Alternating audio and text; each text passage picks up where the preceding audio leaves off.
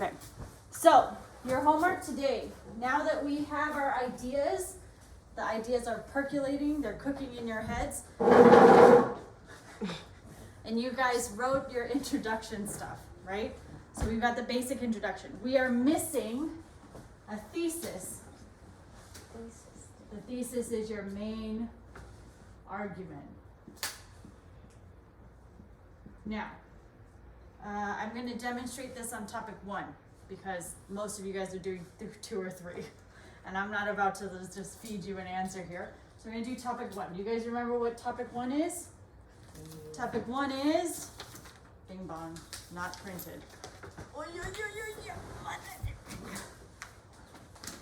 Also not printed. Something about literary devices.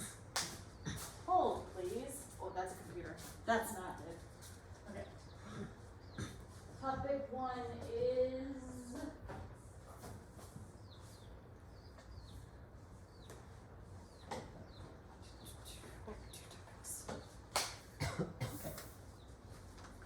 Topic 1 is, what are some examples of literary devices used in booked, and what is their function? Okay, so I'm gonna put a note to myself. This is about literary devices and function. So what I want you to make is an outline. You can write this down.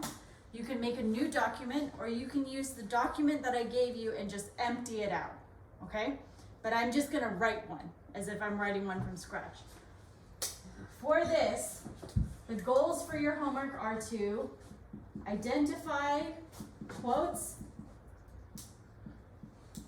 with the page number and analyze the quotes. What does the word analyze mean?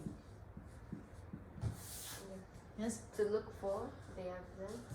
Analyze is to study closely and carefully. Oh, yeah. Thank you for your guess, though. Okay? Why do we analyze? Because building connections between different ideas is the essence of critical thinking. Building a good argument makes you a good communicator. And literary analysis is one of the main ways you learn how to do this in school. Okay? So this is beneficial not just for fiction, but also for non-fiction type humans. So we're going to analyze the evidence. Okay. And then you also have to provide context. This is a little easier, which is why it's at the end. This is like explain what's happening.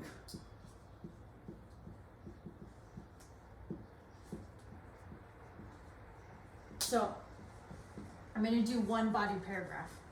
Okay? So you have to do 3. Yach.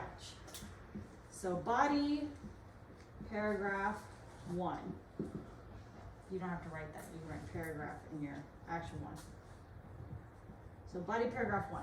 First, I need my quote. So I have to think about what literary device am I going to use. Lucas, I'm borrowing your book. Thank you very much. I liked the motif about water. I didn't think about that, but I like it. So if my topic is going to be the motif of water, right? There's a lot in there. So if I pick one specific one, maybe the river one. There's a lot of ones. So maybe the river one. So I'm going to get the page number. Blue Moon River is page 300. And I'm going to write the title, Blue Moon River. Okay, this is checkbox number 1. We're going to identify a quote. The quote is going to be, so long, sorry. Be Nick, the river is always turning and bending. Follow the bend. Now, if you want to skip ahead, use 3 dots. This is for skipping. We use that for skipping because sometimes your quotes are far apart, but you want both of them. So as long as it's the same person, the river is always turning and bending. Follow the bend. Okay, so this is my quote. So I put check. Good job, Miss Lee. Now I'm going to do context next. What's happening in this? Does anybody remember this chapter that we talked about? Blooming River. Who are the characters in this part of the book? Hyogo? Oh, yeah, I didn't need it. Okay. No. You guys have the books somewhere. Do you want to go get them? Look at you. None of you have the books in front of you. It's poor planning on my part. One human. Who's in this chapter? Mr. Mac. Mr. Mac. So then I put motif. You can put like a motif. On your computers, the letters will be different. One page thing. Okay, so B, I'm going to say context. Context is the background information. Background information. So background information, I'm going to say it's Mr. Mac is talking to Nick. And I'm going to say that he's not actually talking about a river. He's like giving him advice, right? Giving advice. Okay. That's all I need. Yeah? You can say it's at the end of the book if you want to. Like, where is it? It's the end of the book. Okay. Now I'm going to run out of space. I know that video can't see all the way down here, right? Lucas, am I out of space? No. No? I got a little bit more to here? No more. Did you say I have a lot? Yes. Okay. It's till the end. All the way to the bottom? Yes. Amazing. Okay, because I'm not going to be able to fit this. Okay. So we've done context. That's check number 3.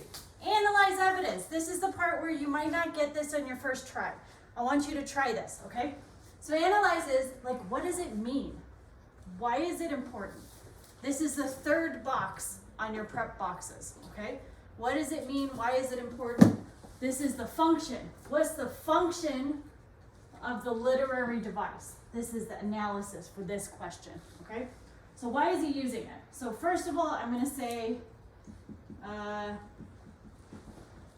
this is for topic 1 only. For your topic, it'll be different, okay? Function. 1, it's a metaphor.